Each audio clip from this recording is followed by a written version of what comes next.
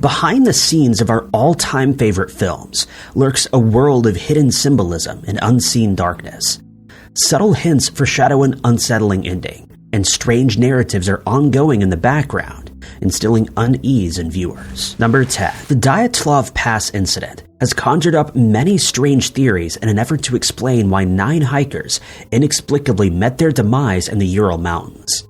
Seeing an opportunity to make a thrilling found footage film, writer Vikram Wheat and director Rennie Harlan created Devil's Pass, a documentary-style film following a group of college students who trekked to the Ural Mountains, hoping to find answers with a strange alt-history hypothesis as their basis. The two main characters, Holly King, a psychology student, and her classmate, Jensen Day, an amateur filmmaker, are joined by audio engineer Denise Evers and mountaineers Andy Thatcher and J.P. Hauser. The group is looking into confirming a very macabre theory involving a government experiment gone wrong that resulted in mutant humanoid creatures that would escape the facility and live undisturbed in the snowy mountains until people set foot in their territory. The theory suggests that the 9 hikers met their untimely ends at the hands of these humanoids. Conspiracies, cover-ups, and the possibility of time travel also make an appearance in the film. The movie follows the American student filmmakers to the mountains, where they begin to investigate the enduring mystery and the government cover-up conspiracy. At first, their investigation is running smoothly. They set up camp, document their findings, and recorded it all. But when the secret of what's really happening is finally revealed, things take a turn for the worst. During their stay in the mountains, the group of students are attacked by the humanoid creatures, and none of them make it out alive. In the end, Holly and Jensen have mutated into the same monsters, and the other students are left deceased. One distant detail, though, already foretold the pending attack and confirmed the existence of the creatures, and it was a detail that was easy to miss given the icy backdrop. But once viewers notice that detail, it's difficult not to get creeped out. Earlier on in the film, when Jensen and Holly are having a heart-to-heart, something appears to be moving in the background. Many didn't catch it at first, but those moving blurs weren't wolves or other wild animals. They were the mutant monsters that would later attack the crew. The creatures appear 1/3 of the way through the film, making a sneaky appearance in the background, foreshadowing what's to come. Number 9. It was the summer of 1992 when Hugh and Olivia Crane decided to move into Hill House with their children Steve, Cheryl, Theo, Luke, and Nell. The Haunting of Hill House series followed the family's efforts in renovating the mansion to sell it later, but due to unexpected repairs, they were forced to stay there longer, and soon an increase in paranormal phenomena would begin. The haunting prompted the family to flee the home, and 26 years later, the family is still facing the lasting effects of that traumatic experience. The siblings are forced to confront Hill House and the ghosts that came with it. The American anthology supernatural horror is certainly one that's bound to send chills down the spine. Following The Haunting of Hill House was a second season with a different story, and a new set of characters called The Haunting of Bly Manor, which is based on another novella that's just as hair-raising. Amid the strangeness, mystery, and horror, there's something that many viewers missed: the 100-plus ghosts hidden in the background of both seasons. There's no doubt that the bent-neck lady is among the most terrifying entities in Hill House, but the show gets even more disturbing when you start to notice the dozens of ghosts hidden deep in the background, yet in plain sight. These entities pop up in the most unlikely places and during ordinary scenes.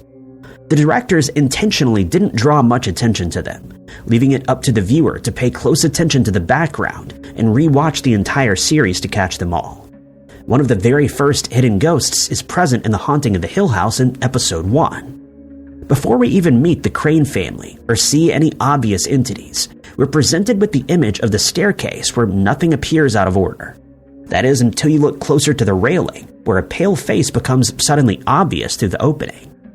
The next spotted ghost was hidden in the background in the smartest way. The scene is too busy distracting the viewer, with Stephen and his father panicking about what's in the hall, turning the doorknob, allowing him to overlook the daunting figure standing off to the side behind the young boy. A similar technique is used later when Stephen and his father are seen fleeing the house. We're so focused on the chaos that we don't even spot those subtle background figures in the foyer. In episode 2 of the series, hidden in the garden in the background is another ominous childlike face. We later learned that Luke had been seeing a child playing on the grounds on a regular basis. It seems that the ghosts are always watching. They're everywhere, all the time. This includes the scene in which Theo walks into the kitchen where Nell and Luke investigate an old-fashioned communication system. Behind the door to the right, in the upper left panel, an eerie face can be seen peering through, making this scene all the more terrifying. The dining room was a place for the entities to congregate. In the scene in which Theo is looking at the dumbwaiter, one of these ghosts is loitering around in the darkness of the dining room.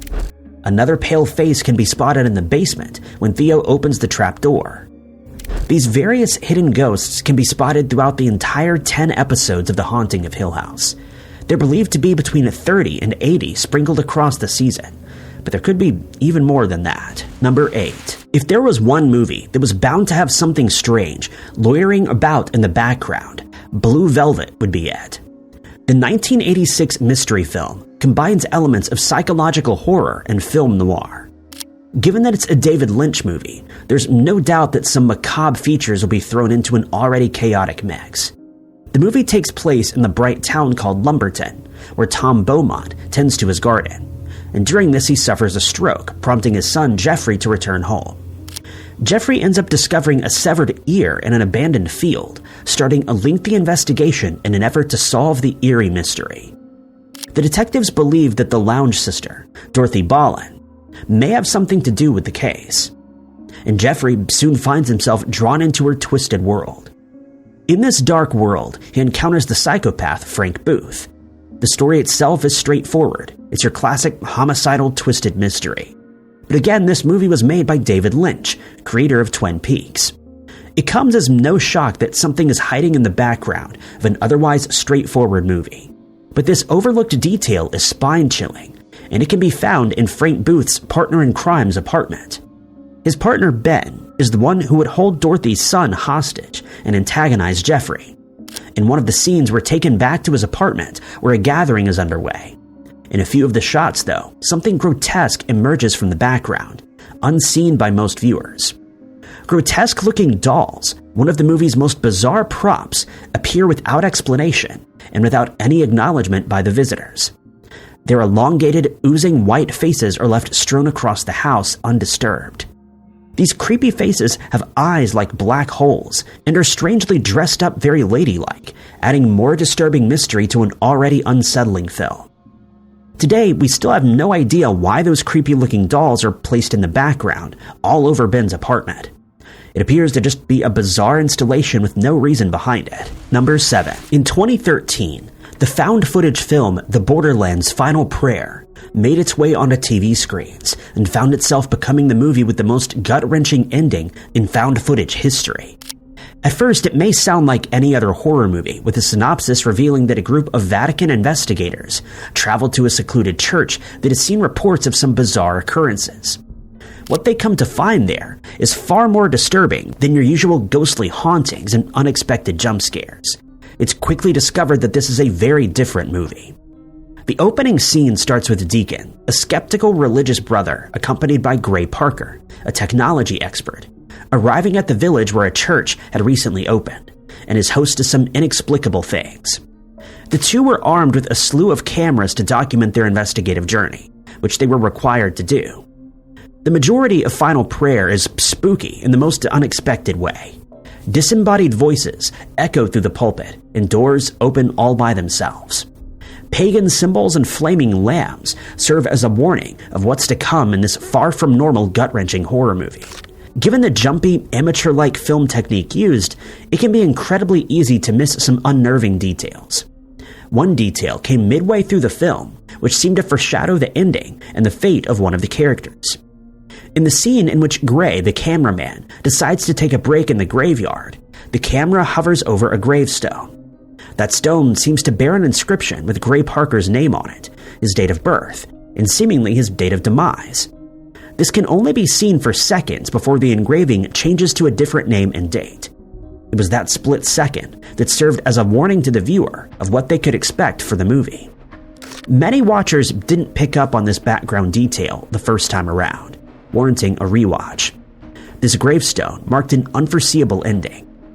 In the final act of the film, Gray and Deacon discover a hidden door that leads into a maze of caves.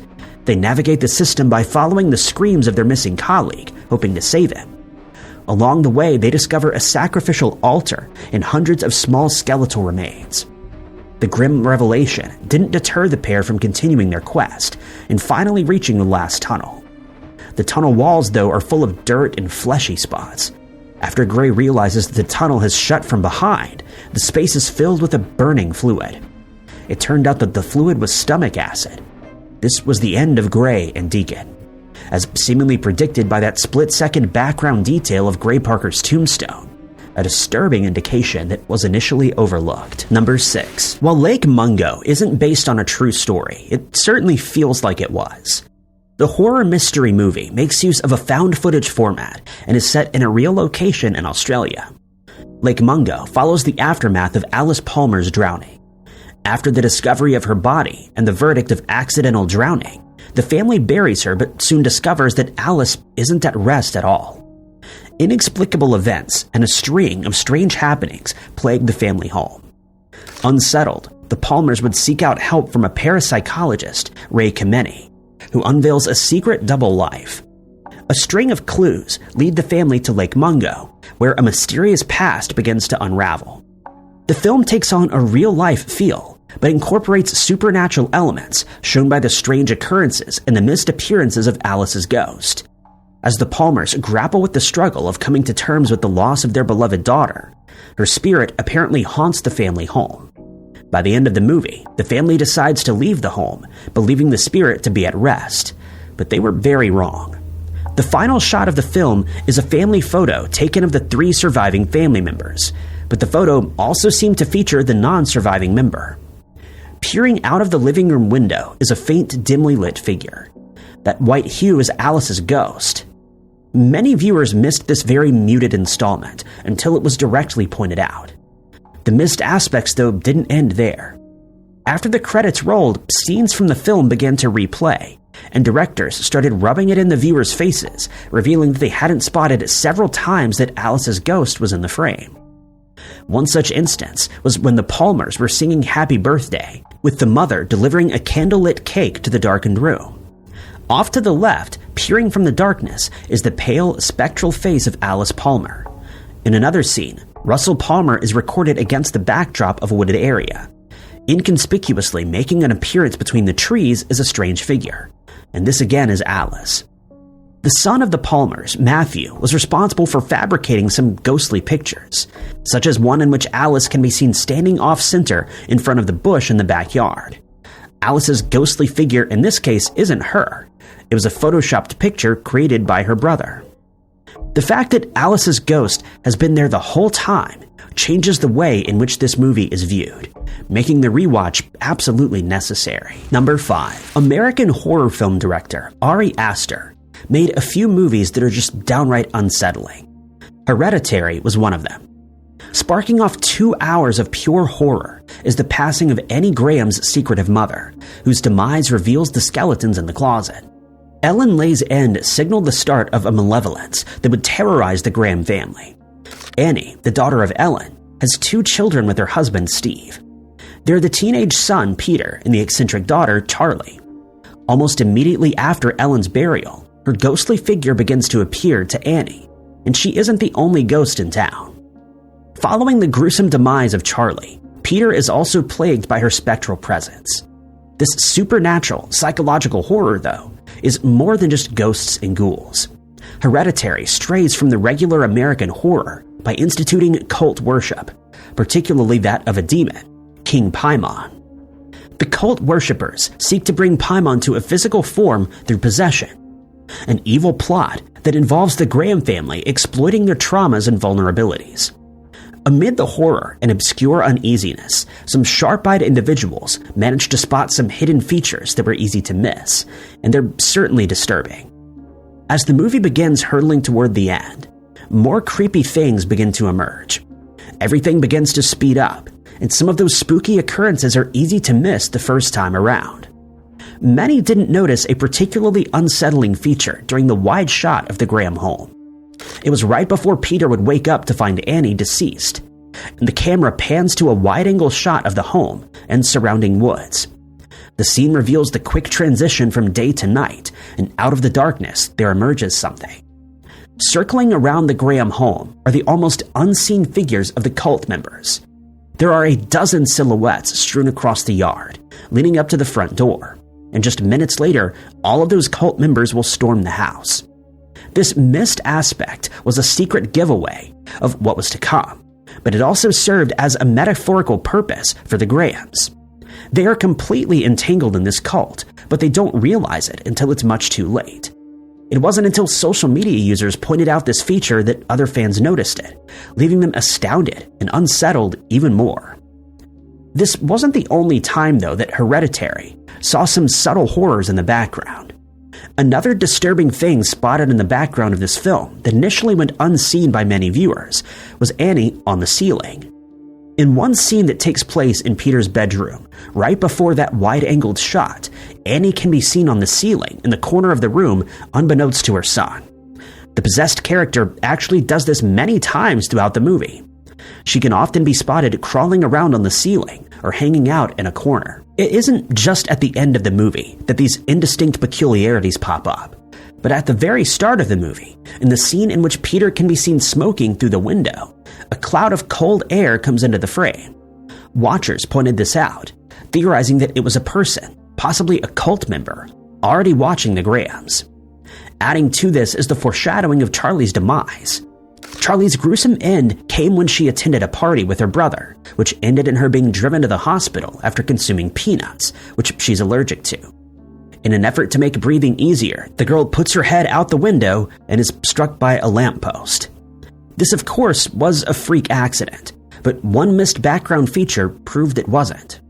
In the scene in which Peter and his young sister are driving to the party, the camera stops on that very same lamppost, and on it is the Paimon symbol, confirming that Charlie's demise was orchestrated by the cult. There were also clues that hinted at Joanne's involvement in the cult, particularly in the scene where Annie visits her apartment for the last time. Here, she finds the door locked, but the director still gives us a look inside of the home. The camera revealed a living space that looked down the hallway leading to the door. But on the walls of the living space, two symbols become apparent, which may have gone unnoticed initially.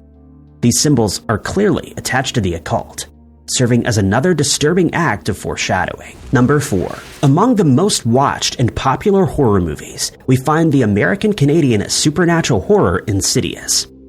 The story centers around the Lambert family, in which the son inexplicably falls into an unconscious state, becoming a vessel for a number of entities in the astral dimension, referred to as the Further.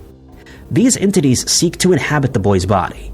The couple experiences a variety of strange occurrences and hauntings in the home, prompting them to move to a new house in an effort to escape the paranormal activity. But it seems that the entities are latched onto the family and have moved into the new residence with them.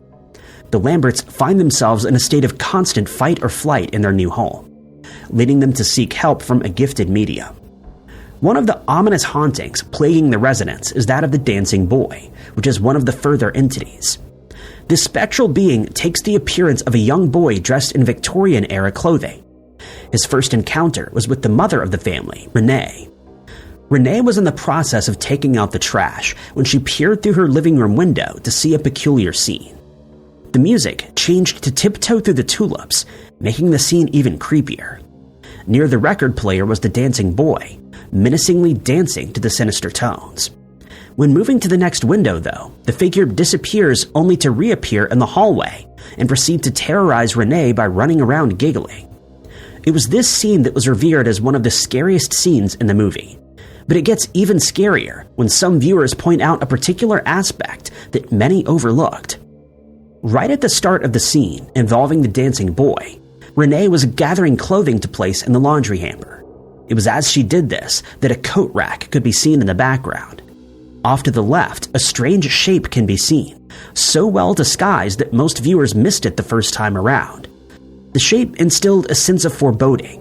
It was the dancing boy, cleverly blending in with the hanging coat. Renee hadn't spotted him, just as most watchers. She even walks past him a second time to take the trash to the outside garbage cans. The dancing boy scene is described as a horror movie on its own, and it was the first hint that hauntings were not quite over just yet.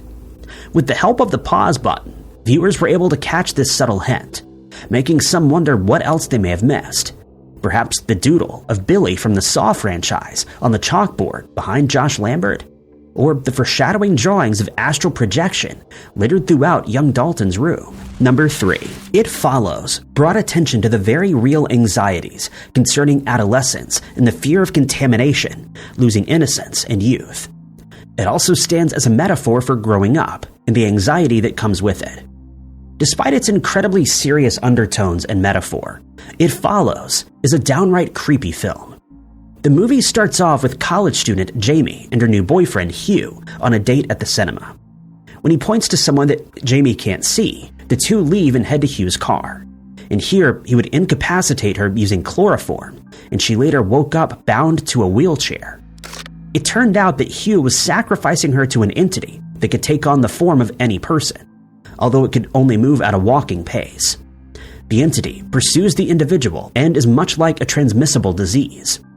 Hugh intentionally attracts his new girlfriend so that he can sacrifice her to the entity, which would then leave him alone and attached to Jamie until she passes it on to someone else. The being knows where its victims are at all times and will always be approaching. If it catches up to them, it'll end their life and subsequently pursue the previous person again. Upon leaving Jamie for the entity, Hugh flees. The following day, Jamie's curse begins, and she starts seeing the form of an old woman who remains invisible to all of those around her. Fearing for her life, the character's friends agree to spend the evening at the same house. There, she's met with another creepy form, this time a disheveled woman. That same night, a tall man with no eyes would also enter the bedroom, causing Jamie to flee. Later on in the film, the group of friends begin trying to devise a plan to prevent any of them from being slaughtered. The first conclusion they arrived at was to end the entity's life, which proved impossible. They would later come to the decision to have Jamie pass on the curse to her friend Paul, who then drives into town and passes by street workers. This scene implies that the entity was passed on to them, securing the safety of Jamie and her friends. The curse was lifted, or at least out of sight. At the end of the film, we see Jamie and Paul walking hand in hand down the street, but something seems out of place. Some eagle-eyed viewers spotted something in the distance, trailing behind the new couple. Off in the background was a figure. This worrying, almost unnoticeable detail brought about the question, who or what was that figure? Viewers were left with the unnerving thought of whether or not that was a person, or if it was the same haunting creature that's come back to follow its previous victim. Number 2. In 1996, the first Scream film was released, setting off a chain reaction and ultimately becoming a franchise that still continues today. This slasher film is noted as the one that revitalized the film genre in the 90s, much like the effect the horror movie Halloween had in the 70s. Using a tongue-in-cheek approach, Scream combined straightforward scares and dialogue to produce a satire slasher film. The movie follows a teenage girl, Sydney, who's still being terrorized following the homicide of her mother. This time, it's a new slasher who targets the character and her friends, who use horror films as part of a harrowing game. The homicidal maniac, of course, is unknown to the characters as well as the viewer, and the mystery is only revealed by the end of the movie, although guesses could have been made earlier on. In the case of the first Scream movie, Billy Loomis and his friend, Stu Matcher, are behind the mask. One alarming, overlooked background feature, though, may have already anticipated this. In that one scene where Sydney is being chased through Stu's house by the notorious Ghostface, she finds herself ducking and dodging the decorations strung up in the attic. But these were more than just the usual decor. Instead, the ornamentations are in the form of eerie dolls hanging from the rafters. Taking this aspect into consideration, it becomes clear that Stu is no doubt unstable, and while they're on screen for a short moment, they provide a telling hint that something is wrong with the character. He's not just a committed horror fan, he's the horror himself. There's another disturbing feature regarding the same dolls that are strewn across the attic. It may have gone unnoticed initially, but some viewers pointed out something that's even more disturbing. One of the dolls seems to have blonde hair, and it's been positioned in such a way that it resembles the slaying of one of Ghostface's first victims. Casey Becker. Casey met her grisly end at the start of the film, when the maniac struck her with a sharpened blade several times and then strung her up from a tree. Off to the side of the Casey doll is another toy strapped to a chair. Again, this aspect may have been easily overlooked, but was reminiscent of the demise of Stephen Orth. Stephen, the boyfriend of Casey, was strapped to a chair and had his mouth duct-taped before meeting a particularly gruesome end. There's also a third doll that comes into the frame in this scene. This time, it's strung up by its foot, with its arms spread out. The display in this case seemed to allude to another of the first slayings, Principal Arthur Himbry. After being attacked by Ghostface, Himbry would be discovered hanging on the school's goalposts. The realization of these disturbing features has left viewers with many questions and searching for other clues that they may have missed. Even today, some of the ominous, subtle hints are still being discovered in the background of the 1996 film, which is host to numerous hidden messages and clues. Number 1. Midsommar, the most obscure, intriguing, and unassuming film of modern-day folk horrors, was unleashed upon the eyes of viewers by Ari Aster, who sought to leave a lasting impression on his fans. Midsommar's narrative was just the way to do this. Not taking on the classical paranormal-themed horror, this movie instead made use of a very real culture and a very real mysterious festival. The movie allows the viewer to tag along on a disaster-filled trip to rural Scandinavia, where the secluded inhabitants are part of a hair-raising cult who are busy preparing for the Midsummer Festival in celebration of the summer solstice. The film centers around Danny, who'd recently sustained a trauma where her sister and her parents succumbed to intentional carbon monoxide poisoning. Christian, her partner, feels obligated to stay with her during her grieving, but this also places their relationship on the rocks. Despite his intentions to break up with her, Christian reluctantly invites her to a Scandinavian trip. Upon their arrival at the rural village, things immediately begin to take a daunting turn. The visitors are given psychedelics, causing hallucinations and panic. The following day, the group would witness the harrowing ceremony, an incredibly grim ritual. Things only go downhill from here as more obscure things begin to happen, including unexplained disappearances, gruesome homicides, and a particularly odd ending that involves a lonesome hut and a bear. As the 9-day ceremony draws closer to its end, Danny finds herself becoming the May Queen, which doesn't bode well for her by the end of the festival. Aster's films are no doubt macabre, and they often leave viewers on edge, but he also seemed to have a readiness for hiding some Easter eggs in his movies, leaving viewers to find them. Midsommar was not an exception. The film is littered with some incredibly disturbing details that went overlooked during the first watch, only being spotted by sharper eyes. During the opening scenes, Danny is lying on her bed, and a peculiar painting can be seen in the background. That image is of a girl wearing a crown and petting a bear. Further on, we find that Christian is transfixed on an image of a burning bear and a fire. These two hidden features directly foreshadow the ending of the movie.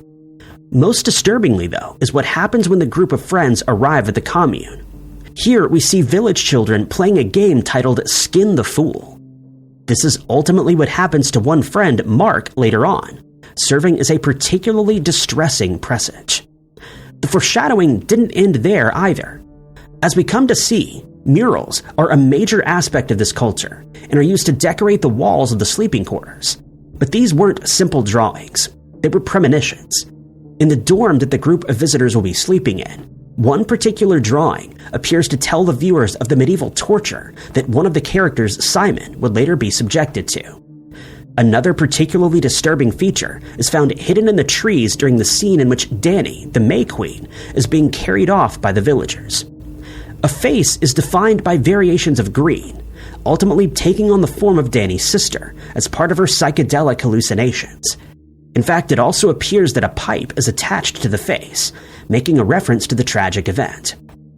Given the psychedelic narrative of the story, various other features such as this one become prevalent further on.